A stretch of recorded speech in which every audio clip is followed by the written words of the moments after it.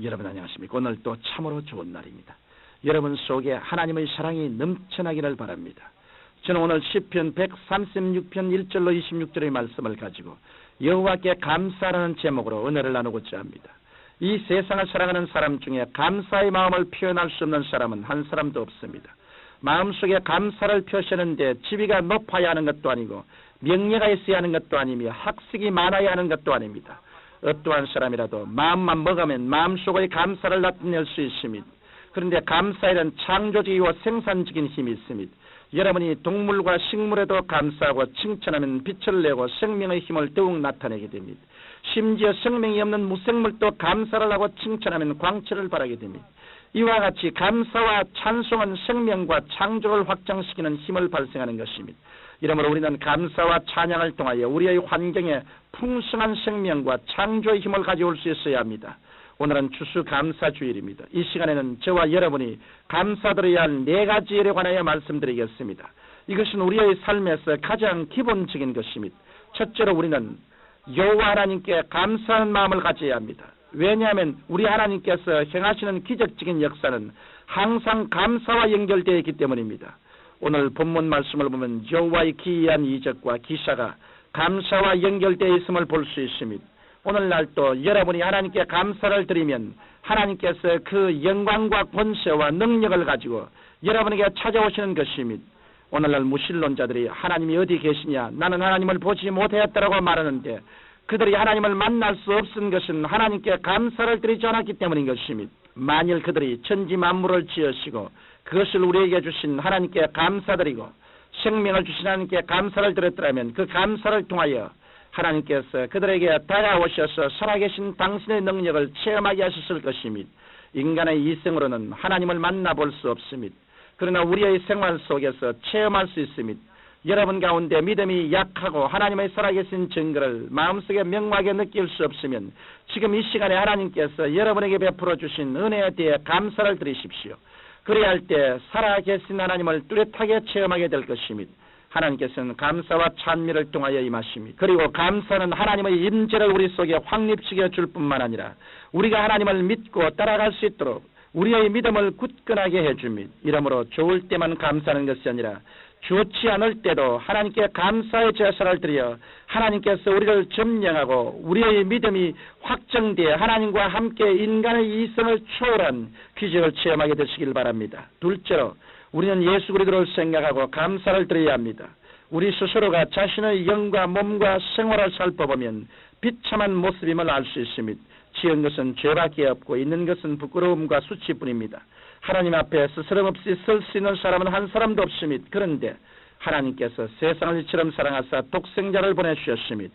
예수님께서는 이 땅에 오셔서 아담 이후 우리 인간이 지은 모든 죄를 한 몸에 짊어지시고 십자가에 달리셔서 양손과 양발이 대못으로 박히고 옆구리에 창을 받아 피와 물을 다 쏟으시고 고난을 받으셨습니다.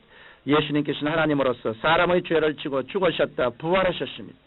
주님께서는 자유자로서 죄 묶인 자를, 영생을 가진 자로서 죽은 자의 죄를, 의로운 자로서 불의한 자의 죄를 대신하여 십자가에서 죽으심으로 우리를 영원히 죄에서 해방시켜 주셨습니다. 그리고 우리는 예수 그리스도의 십자가를 통하여 이 지상에서 살 동안 저주에서 해방을 얻게 되었습니다. 아담의 범죄로 인하여 이 땅이 저주를 받아 인간은 땀을 흘려야 밥을 먹을 수 있는 저주 속에 있게 된 것입니다. 그러나 예수님이 이 땅에 오셔서 우리를 저주에서 속량하셨습니다. 그뿐만 아니라 십자가에 달린 예수님 우리의 질병과 연약함을 청산하셨습니다. 십자가에 달리신 예수님을 한번 보십시오. 그의 등은 채찍으로 갈기갈기에 찢겨져 피가 흐르고 있습니다. 왜 그의 등이 그렇게 찢겼을까요? 성경 베드로전서 2장 24절에 제가 채찍에 맞음으로 너희는 나음을 얻었나니라고 기록하고 있습니다. 이와 같이 예수님은 우리의 질병과 연약을 청산하셨습니다. 더 나아가 예수님께서 무덤에 들어가신 지 사흘 만에 부활하심으로 말미암아 사망의 권세를 깨뜨리고 생명의 근원이 되셨습니다. 그러므로 예수 안에 있는 사람은 죄 용서받고 저주에서 속량받았으며 절망에서 너희나고 사망에서 생명으로 옮기오게 되었으므로 예수님께 감사드리지 아니할 수 없는 것입니다. 셋째로 우리는 보혜사 성령님으로 인하여 감사를 드려야 합니다. 예수님께서 이 땅을 떠나시기 전 요한복음 14장 6절에 보면 내가 아버지께 구하겠으니 그가 또 다른 보혜사를 너희에게 주사 영원토록 너희와 함께 있게 하시라고 말씀하셨습니다. 보혜서는 부름을 받아 곁에 항상 같이 있으면서 돕는 자라는 뜻입니다.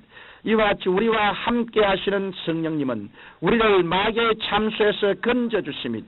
마귀는 밤낮 우리의 약점을 들어서 하나님께 참수함으로 우리를 하나님 앞에 설 수 없게 하려 합니다. 그러나 우리들 가운데 계신 성령님은 우리를 대신하여 말할 수 없는 탄식으로 우리를 위해 기도해 주시고 도와주셔서 마귀의 역사를 이기게 하십니다. 만일 하나님께서 성령을 우리에게 보내주시지 않았다면 죄악 많은 세상에서 우리는 쓰러지고 말았을 것입니다. 이러므로 우리를 도우려 곁에 와 계시는 성령님을 인정하고 환영하여 모시드리고 의지하며 감사를 드리십시오. 감사로 성령님께 의지할 때 성령님은 여러분을 붙들어서 마귀의 시험을 이기고 하나님의 사랑과 예수 그리스도의 은혜 속에 들어가도록 이끌어 주시는 것입니다. 넷째로 우리에게는 영원한 희망이 있기 때문에 감사를 드려야 합니다. 성경 야고보서 4장 14절에 내일 일을 너희가 알지 못하는도다. 너희 생명이 무엇이뇨? 너희는 잠깐 보이다가 없어지는 안개니라고 말씀하고 있습니다. 그러나 하나님께서는 한 줌의 흙으로 돌아가는 이와 같은 삶을 우리에게 주신 것이 아니라 영원한 삶을 주셨습니다. 주께서 오령과 천사장의 구함과 하나님의 납발로 친히 강림하시는 그날에 이 하늘과 땅은 새 하늘과 새 땅이 됩니다. 그와 함께 하늘에서 새 예루살렘이 내려오면 약한 몸이 강한 몸으로, 육의 몸이 신령한 몸으로, 추한 몸이 영화로운 몸으로 변하여 그리스도와 함께 영원히 살게 될 것입니다. 영원히 썩지 않을 소망을 하나님께서 주신 것입니다. 우리는 이 땅에서 영원히 살 사람이 아니라 행인과 나그네 같이 지나갈 사람입니다. 우리는 어디서 와서 무엇 때문에 삶이 어디로 가는지 분명히 압니다. 이러므로 우리는 주님께 감사드리지 않을 수 없는 것입니다. 살아계신 하나님 앞에서 우리가 은총을 받았은즉 우리는 예수 그리스도 안에서 경배와 찬양으로 감사하고 헌신하여 감사하며 물질을 드리고 시간 들여 감사하는 감사의 제사를 드리십시다. 그 감사의 제단에 여호와 하나님이 임하셔서 무한한 기적을 베푸시고 예수님의 구원의 은총이 넘쳐나며 성령님의 붙드심이 나타나고 미래의 찬란한 새하늘과 새 땅과 새 예루살렘이 우리 마음속에 다가올 것입니다. 그 결과 우리의 모든 슬픔은 안개같이 사라지고 우리의 심령 속에 소망과 믿음과 사랑이 강물처럼 넘쳐나게 될 것입니다. 그러므로 여러분은 울면서도 감사의 제사를 드리고 웃으면서도 감사의 제사를 드리십시오. 그리고 쓰러지면서도 감사의 제사를 드리고 걸어가면서도 감사의 제사를 드리십시다. 그리하면 영원히 잘됨같이 범사에 잘되고 강건하며 생명을 얻되 더 풍성히 얻는 오중복음과 삼박자 구원의 축복이 여러분의 생활 가운데 충만하게 임하시게 될 것입니다. 사랑이 많으신 아버지, 우리의 중심에서 하나님께 감사를 드리고 감사로서 하나님께 제사드리는 삶을 살고 하나님이 우리 가운데서 역사할 수 있는 마음의 바탕을 예비하게 하여 주옵소서. 예수님 이름으로 기도합니다. 아멘.